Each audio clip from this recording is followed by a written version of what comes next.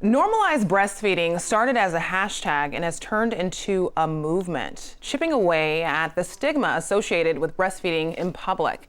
I'm joined now by the founder, Vanessa Simmons, who is also a San Diego-based photographer. Welcome. Thank you for having me.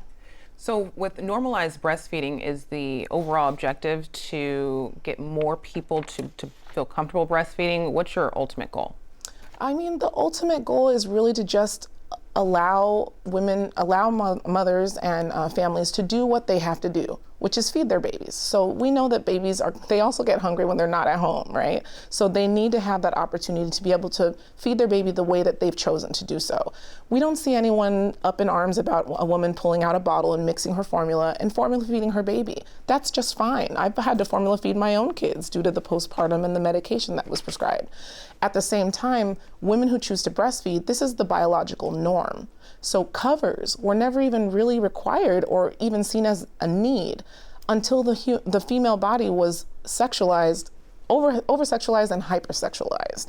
And so I feel like long term, if we can kind of go back to the way that breastfeeding is seen really in almost every other country in the world, I think the mothers here in the United States and the families would feel a lot more supported. As far as why is it necessary not to use the cover? Why is it, if it makes people more comfortable, what's the problem with simply using a sheet? From a mother's point of view, that's the issue, is making other people feel comfortable rather than themselves and their baby.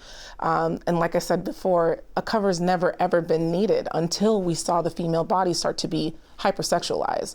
And so now, you know, there are people out there who will have a problem with a woman breastfeeding without a cover. But number one, she's protected by law, not only federally on federal property, but she's now protected in every single state. There are state laws across the United States that protect women to breastfeed in public without a cover or with a cover, however they choose to.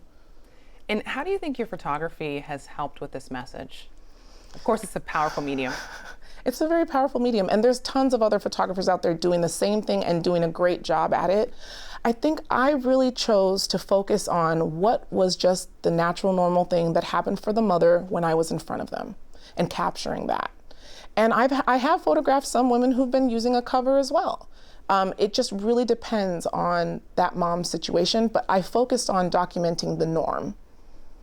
And so do you feel that there have been strides made? What is your experience as far as the level of acceptance from society? Do you think that we're moving in the right direction?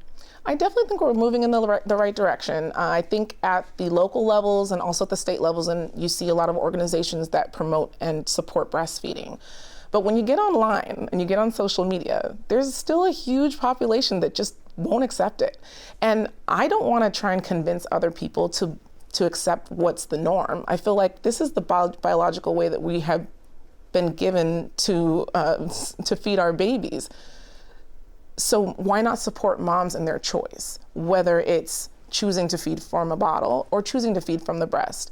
Either way, if you don't like it, you really don't have to look at it. You can just turn your head. And there's nothing sexual about it. It's completely normal.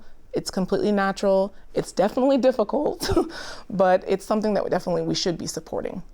Thank you so much. Thank you.